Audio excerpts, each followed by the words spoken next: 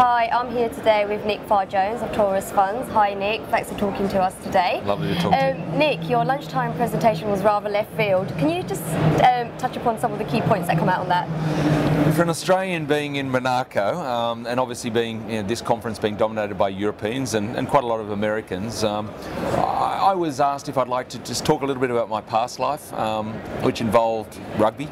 I played in the amateur days, but I was lucky enough to play for my country, Australia, for 10 years. I captained the team for 5 years. And the theme that I was asked to speak on was just some crossovers between sport and creating a best rugby team, which I was lucky enough to captain to win a World Cup, and business and wealth management and funds management. You know, it's all about track record, consistency, and so it was really nice to be able to get up in a quite informal environment to do something quite left field, and to have people from all different backgrounds. You know, I asked for a show of hands who understands rugby. There weren't too many. Right. Where are you from? You know, please understand that if you thought I was going to be an enormous guy, rugby's an inclusive game. You know, the Americans, I'm like a quarterback. So it was really nice just to talk about some of the themes that I learned from sport that I've tried to apply in business and on the funds management side. I like your theory. Can you maybe tell us a bit more about where you see some of the opportunities in the commodity space?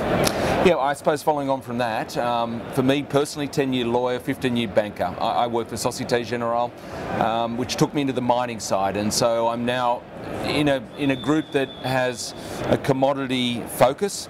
We have some strategies. One is a private equity resource fund, so it's early stage mining investment, which I still think is a fantastic idea of getting that value accretion as a project is de-risked, taken through pre-feasibility, bankable feasibility into financing, and we have a precious metal long only. So you've asked me a general question. I've just wanted to explain what I do as far as what Taurus does, but I still think that there's a lot of great opportunities in commodities, but there's going to be a lot of volatility. There's going to be a lot of risk, and the big question which is coming up today at the GAIM conference is China.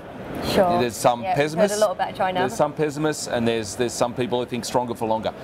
I sit in the camp of stronger for longer. That's a personal view for many reasons, but I think investors have to understand that there will be a lot of volatility going forward. I think we're living in an unbelievable volatile time with what's going on in America, the euro issues, obviously Northern Africa and the Middle East, the geopolitical issues.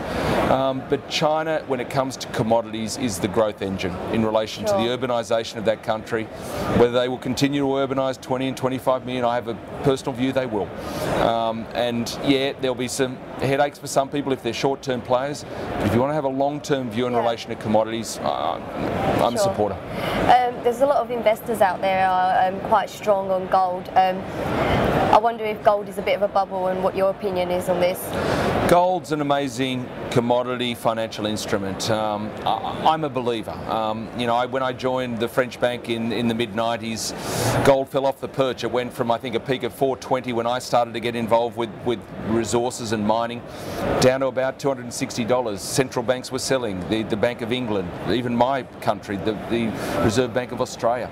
It got as low as $260, so I saw a lot of people get unemployed in my country, geologists and what have you. And then it's recovered gradually and strongly. I believe it's a great instrument to hold for all the defensive reasons, and I still think, you've heard a lot about China today.